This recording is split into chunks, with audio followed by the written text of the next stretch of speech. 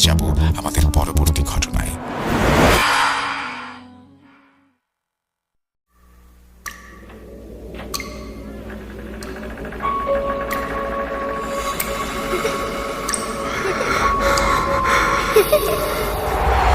লুকোচুরি খেলবে?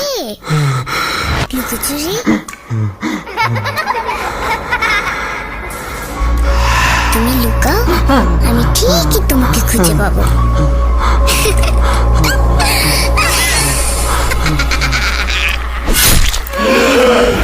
Voot.com with Russell।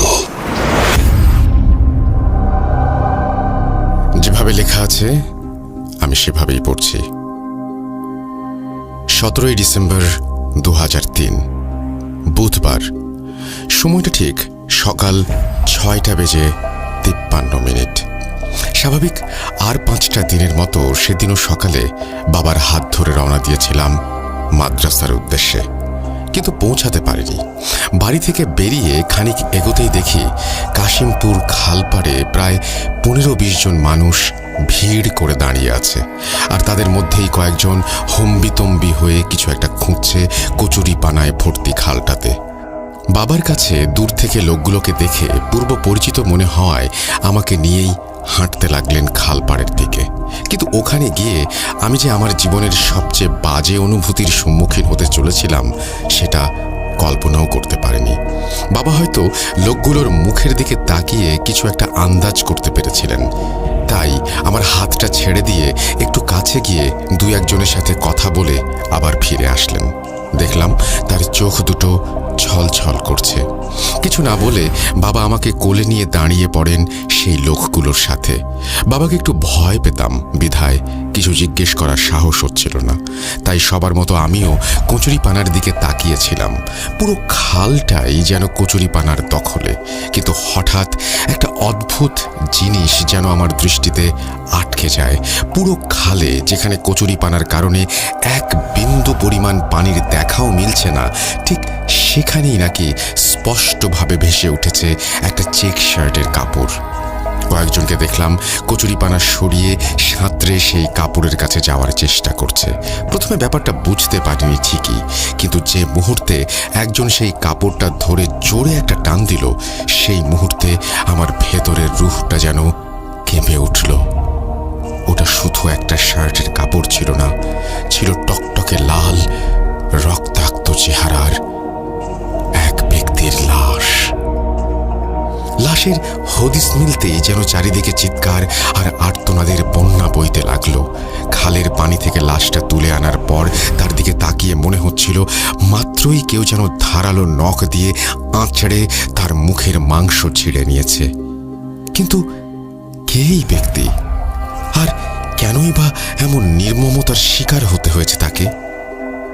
জানবো, তবে তার আগে সবাইকে জানাই ঈদুল আজহার অনেক অনেক শুভেচ্ছা। আসসালামু আলাইকুম রাসেল ভাই এবং প্রিয় শ্রোতা, আশা করি আপনারা সবাই ভালো আছেন এবং সুস্থ আছেন।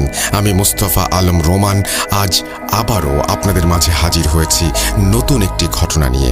আজ আমি যে ঘটনাটি শেয়ার করতে চলেছি সেটা সংগ্রহ করেছি আমাদেরই একজন লিসনারের কাছ থেকে। ওনার নাম মোহাম্মদ বোরহান আহমেদ এবং বর্তমানে উনি একজন সৌদি প্রবাসী। যাই হোক, সময় নষ্ট না করে সরাসরি ঘটনায় যাওয়া যাক। ঘটনাটি বোরহান ভাই আমাকে ঠিক যেভাবে বলেছেন আমিও ঠিক সেভাবেই লেখার চেষ্টা করছি।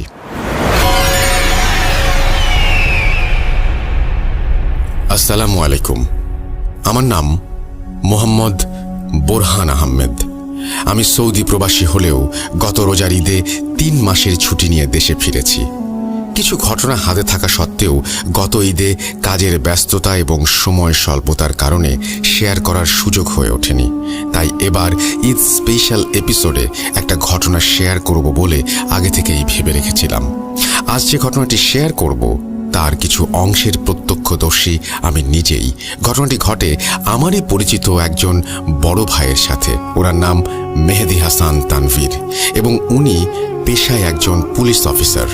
তানভীর ভাই এবং আমার গ্রামের বাড়ি একই এলাকায়, অর্থাৎ কুমিল্লা জেলার মুরাদনগর থানার পাহাড়পুর ইউনিয়নে 5 পুকুরিয়া গ্রামে।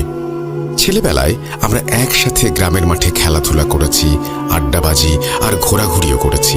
আমাদের সম্পর্কটা আগে থেকেই বেশ ভালো ছিল, কিন্তু পুলিশের চাকরির সুবাদে তানভীর ভাইয়ের পোস্টিং হয় হবিগঞ্জ জেলার বানিয়াচং থানায়। সময়টা তখন হয়তো 2001 কিংবা 2002। কাজের সূত্রে শহরের বাইরে যাবার কারণে তখন থেকেই তানভীর ভাইয়ের সাথে আমার যোগাযোগটা কমে যায়। আর তখন তো মোবাইল ফোনের যুগ ছিল না, তাই খুব একটা দেখা সাক্ষাৎ বা কথা বলার সুযোগও ছিল না। যাই হোক, এরপর থেকে শুধু ঈদের ছুটিতে বা কারো বিয়ের অনুষ্ঠানেই ভাইয়ের সাথে দেখা হতো। এভাবেই প্রায় 1-1.5 বছর কেটে যায়। ভাইয়ের সাথেও সেভাবে আর দেখা সাক্ষাৎ হয় না। এমনই একদিন খেলাধুলা শেষে মাঠ থেকে বাড়ি ফেরার সময় হঠাৎ তানভীর ভাইয়ের সাথে দেখা, কিন্তু সে যেন সম্পূর্ণরূপে বদলে গেছে। তার শারীরিক অবস্থারও কিছু পরিবর্তন ঘটেছে। কথায় কথায় তার এই অবস্থার কারণ জিজ্ঞেস করলে কিছু বলতে চাননি তিনি, তবে বুঝতে পারি পুলিশের চাকরিটা খাটাখাটনি এই অবস্থার মূল কারণ। যাক, দেশের সেবায় নিজেকে নিয়োজিত করা মানে এক রকমের জীবন সার্থক। এরপর আর কিছুক্ষণ কথা বলে আমি বাড়ি ফিরে আসি। বাড়ি ফিরে সবাইকে তানভীর ভাইয়ের সাথে দেখা হবার ব্যাপারে জানাতেই সবাই লাফিয়ে ওঠে, আরে ওর তো বিয়ে ঠিক হয়েছে, আমাদের বাড়িতে এসেছিল বিয়ের দাওয়াত দিতে, তুই বাড়ি ফেরার কিছুক্ষণ আগেই ও বেরিয়েছে। ব্যাপারটা শুনে আমি মনে মনে বেশ খুশি হলাম। যাক, ভালোই হলো, অনেকদিন পর কারো বিয়ের অনুষ্ঠানে যাব। যা হোক, এবার সবকিছু সেই আগের মতোই, কিন্তু কয়েকদিন পর অবাক করা কিছু তথ্য আমার কানে আসে। মূলত তানভীর ভাইয়ের ছোট ভাই ছিল আমার বন্ধু। অদ্ভুতভাবে তার নামটাও রাসেল। একদিন সন্ধ্যায় খেলার মাঠে বসে আড্ডা দিতে দিতে রাসেল জিজ্ঞেস করে, বোরহান, ভূতে বিশ্বাস করিস? ওর প্রশ্ন শুনে আমি একটু অবাক সুরে বললাম, মানে হঠাৎ এমন প্রশ্ন কেন করলি? ও বলল, জানিস, কদিন যাবৎ ভাইয়া খুব অসুস্থ, ডাক্তার দেখানো হয়েছে কিন্তু কোনো রোগ ধরা পড়েনি। তাই ভাইয়া নিজে থেকেই একজন কবিরাজের সাথে দেখা করেছে। সে নাকি বলেছে ভাইয়ার সাথে 2 জন জিন আছে। ছোট থাকতে বাবা আর দাদির কাছে ভূত প্রেতের গল্প শুনেছি অনেক, কিন্তু আসলেও যে এমন কিছু মানুষ থাকতে পারে সেটা নিয়ে আমার কোনো ধারণাই ছিল না। তাই রাসেলের কথাটা আমি একটু মজার ছলে নিয়ে বললাম, তুই কি আমার সাথে মজা করছিস? মানুষের সাথে আবার জিন থাকবে কিভাবে? আর তানভীর ভাই একজন পুলিশ অফিসার, উনিও এইসবে বিশ্বাস করবে নাকি? আমার কথা শুনে রাসেল একটু মুচকি হেসে যে কথাটা বলল তা শুনে আমার মনে কিছুটা ভয় ধরে গিয়েছিল। তানভীর ভাইয়ের সাথে কদিন যাবৎ কি কি ঘটেছে সেগুলো একে একে বলতে চাইলেও ওই সন্ধ্যাবেলা আমার সাহসে কুলায়নি। তাই ঘটনাগুলো পরে কখনো শোনাবো বলে সেদিনের মতো বাড়ি ফিরে